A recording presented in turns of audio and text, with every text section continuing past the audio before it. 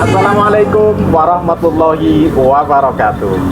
Jumpa lagi bareng BSC News, hadir dalam program Kenal Lebih Dekat para tokoh dan figur Cilacap Barat. Kali ini BSC News berada di Kecamatan Cipari bersama dengan salah satu tokoh Cilacap. Beliau juga tokoh pergerakan dan aktivis. Beliau adalah Bapak Tauhani. Oke, assalamualaikum warahmatullahi wabarakatuh. Perkenalkan, saya nama Tauhani Sarjana Hukum.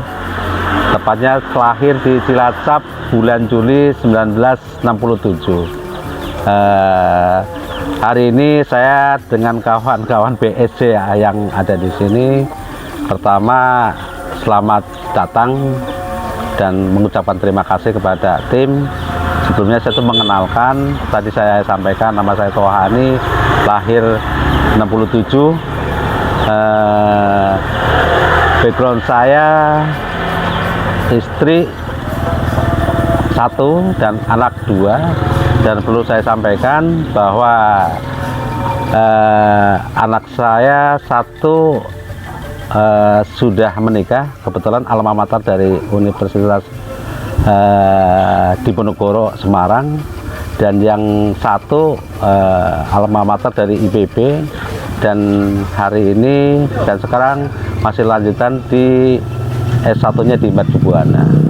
Dan pastinya pada hari ini saya mengucapkan banyak terima kasih kepada pemirsa semuanya, dan saya harus mengenalkan bahwa di tahun 2024 ada momen yang sangat luar biasa. Saya ikut berpartisipasi karena keterpanggilan saya untuk ikut andil di dalam kompetisi perpolitikan. Dan saya harus sampaikan bahwa saya mencalonkan diri menjadi anggota DPRD Kabupaten Cilacap. Kebetulan dapat di Dapil 3, dan di tatanan urutan adalah di nomor 4.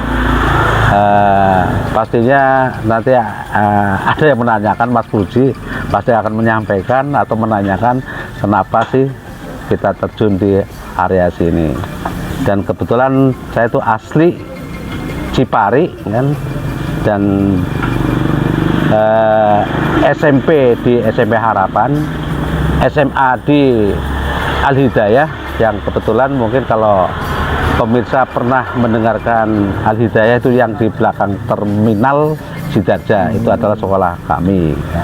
Dan di daerah sini saya tahun 86 juga pernah menjadi guru madrasah Mambul Huda, yang dulu adalah backgroundnya atau kepemilikannya pada saat itu adalah Madrasah Ibtidaiyah Nahdlatul Ulama. Dan untuk pada saat sekarang madrasah tersebut sudah dibubar, dalam artian mereka sudah bubar. Mungkin itu untuk awal yang perlu kita sampaikan atau kita beritakan kepada para pemirsa. Terima kasih Pak Budi. Oke, terima kasih. Berarti memang BSC itu membidik Pak Tauhani tidak salah, ya. Karena Pak Tauhani udah menjadi tokoh sebenarnya sejak lama, pernah menjadi ya pendidik di madrasah, kemudian merantau ke Jakarta juga, tidak diam sebagai perantau saja, tapi terjun sebagai aktivis.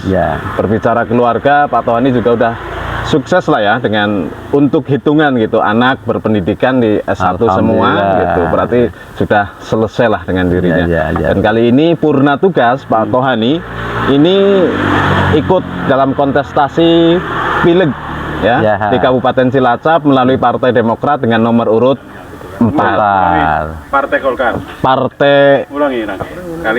Kali ini Pak Tauhani maju dalam kontestasi pileg di Kabupaten Cilacap melalui Partai Golkar dengan nomor urut 4 di Dapil 3. Ya. Nah, karena maju saya perlu ya korek lah lebih dalam gitu sih. Apa sih visi misi dan programnya, atau apa sih yang melatar belakangi Pak Tauhani maju? Kan udah nyaman gitu kan, purna tugas menikmati hidup kayak gitu.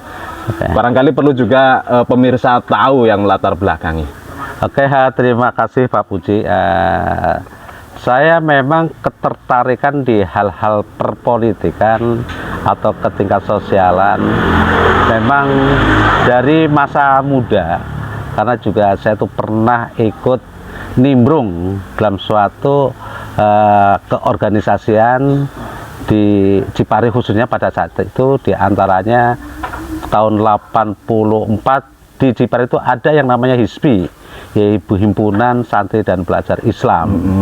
Dan pada saat itu kita dengan kawan-kawan kita ada di dalamnya, walaupun kita bukan orang yang memendset, tapi paling tidak untuk pembelajaran saya pada saat itu.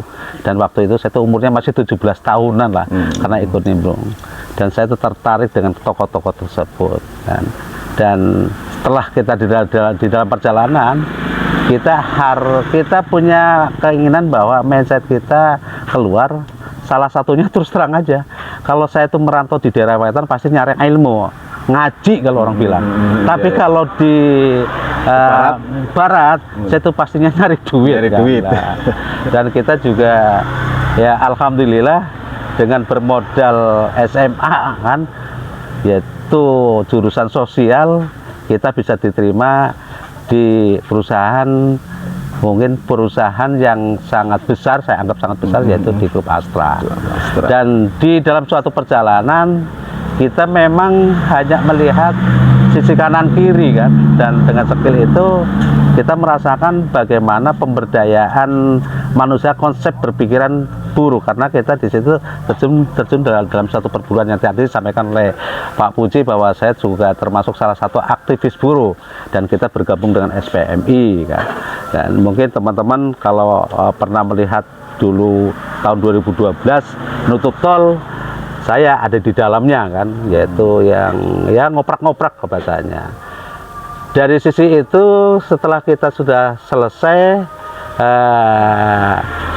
mengabdi di suatu perusahaan atau di perantauan, kebetulan sebelumnya kita juga bergabung dengan kawan-kawan pergerakan, yaitu aktivis pemekaran Cilacap Barat, yang saya lihat selama tahun 80 yang saya dengar pemekaran Cilacap Barat sampai sekarang itu nggak ada selesai-selesainya. Artinya kita berpikir ada apa di dalamnya. Akhirnya saya itu mengambil kesimpulan bahwa konteksnya adalah politik yang harus ada di dalamnya. Kita memberanikan untuk terjun di politik dengan segala pertimbangan, dengan segala konsekuensi, dengan segala resiko. Artinya kita berjuang, kalau saya itu melihat tidak ada lagi berjuang yang real kalau kita tidak masuk di dalam konstelasi politik. Walaupun orang bilang politik katanya licik, tapi kalau politik adalah sesuatu kegairahan, maka aku terjun ke sana. Terus perlu kita sampaikan, kenapa pilihannya Golkar? Ya terus terang aja, karena background dan orang tua saya dari kakak saya dulu pernah jadi ketua AMPI Hati Syafangat yang ada di Cipari, dan kebetulan bapak saya juga pernah jadi pamong desa yang kalau dulu namanya Kebayan, juga orang Golkar, dan kebetulan adik saya juga di Golkar juga kan. Setelah kita pertimbangkan ya Golkar lah yang jadi pilihannya, walaupun adalah yang menawarkan, tapi tetap pilihannya Golkar. Di sisi lain kita juga melihat peluang. Terus terang aja, kalau saya berpikir idealis atau ego kan, karena kawan-kawan di perburuan juga ada partainya, tapi kita harus realistis kan, melihat kondisi. Bagaimana kita melihat kondisi Cilacap, khususnya di dapil tempat kita untuk bisa bergerak. Dari dasar itulah akhirnya kita memilih untuk Golkar sebagai pilihannya. Terus kenapa Golkar sebagai pilihannya? Salah satu dipastikan Golkar adalah partai besar. Golkar kalau kita melihat yang saya rasakan juga kelihatan adem ayem kan. Terus di sisi lain Golkar di dapil tempat saya, di situ ada peluang. Maka saya itu memberanikan diri harus berani untuk membesarkan Golkar khususnya di dapil 3. Terus Keinginannya itu apa? Keinginannya setelah kita melihat dari pembelajaran yang saya lihat, yang saya dekati dengan masyarakat Cipari kan, dari tingkatan di desa, di kabupaten, provinsi sampai kepada tingkat pusat. Kalau saya melihat banyak orang-orang dengan tanda petik ya, teman-teman kita yang berhasil di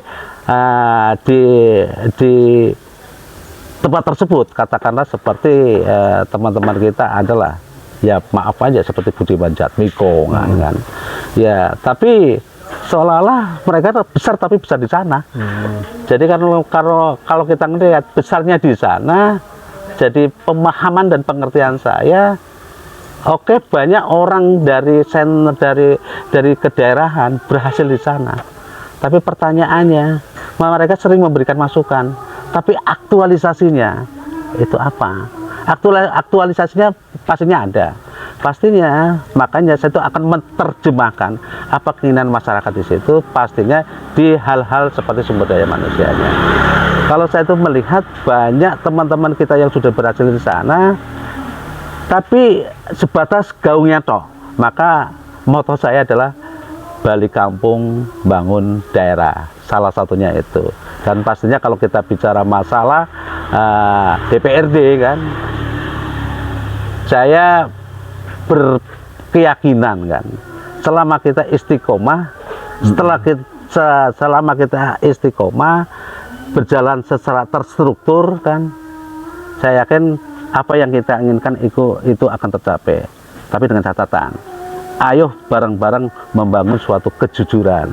Yang jadi masalah kan kadang-kadang kulturnya kita beda begitu kan, Pak Mas Budi. Jadi kalau kita bicara kultur kan, ya punten aja sekarang. Kita bicara money politik, ya betul-betul aku juga nggak punya duit, tapi punya semangat kan. Orang bilang kamu nggak bisa karena kamu nggak punya duit. Banyak kok orang yang nggak punya duit, yang nggak banyak duit itu bisa. Terus kalau punya duit itu pasti bisa, belum tentu jamin. Faktanya kader dari Golkar, anaknya Abu Rizal Bakri, mungkin bapak-bapak bisa ngeliat lah duitnya seberapa sih. Faktanya mereka tuh nggak jadi kan. Betul. Artinya di sini kalau saya itu melihat keyakinan ada garis Tuhan yang sudah ditentukan. Kita sebagai manusia hanya berjalan. Yang penting istiqomahnya.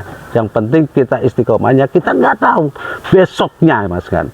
Dan saya itu punya keyakinan bahwa besok setelah kita ke arah sana, apa yang diinginkan oleh teman-teman dari masyarakat Cipari, khususnya di Dapil 3 umumnya, dan masyarakat teman-teman kita yang berjuang di konsep Cilacapnya, pasti akan saya paksakan dan saya akan rebut dengan konsep pemikiran sekuat apapun. Dan terus terang aja, waktu saya umur 57, dan kalau kita hitung Rasulullah umurnya 63, artinya hanya berapa tahun ke depan. Artinya dengan waktu yang sangat singkat, yang sangat singkat, saya hibahkan waktu saya untuk masyarakat. Maka itu yang harus kita sampaikan.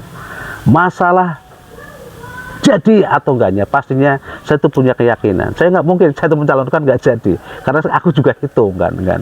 Saya tuh nggak takut dengan orang mereka kan.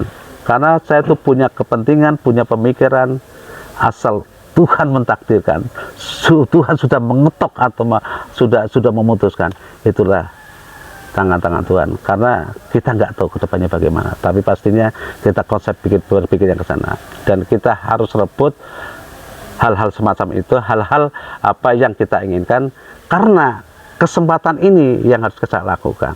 Mungkin di antara 235.000 masyarakat yang ada di Cipari, mungkin ada beberapa orang yang bisa besok masuk di konstelasi perpolitikan, termasuk saya. Dan mudah-mudahan teman-teman memberikan suatu dorongan kuat, doa yang kuat kan, dan pastinya tidak sebatas dorongan aja. Masuk ke kamar TPS, lihat gambar Golkar, lihat nomor urutan 4, disitulah penuntunannya sampean. Terima kasih telah menyaksikan tayangan kami. bagi siapapun yang ingin memperkenalkan diri, baik diri sendiri maupun tokoh-tokoh yang direkomendasikan, juga potensi yang ada di Kabupaten Cilacap, bisa menghubungi nomor di bawah ini atau datang langsung ke kantor kami yang ada di Jalan Cilopadang, Desa Cilopadang, Kecamatan Majenang.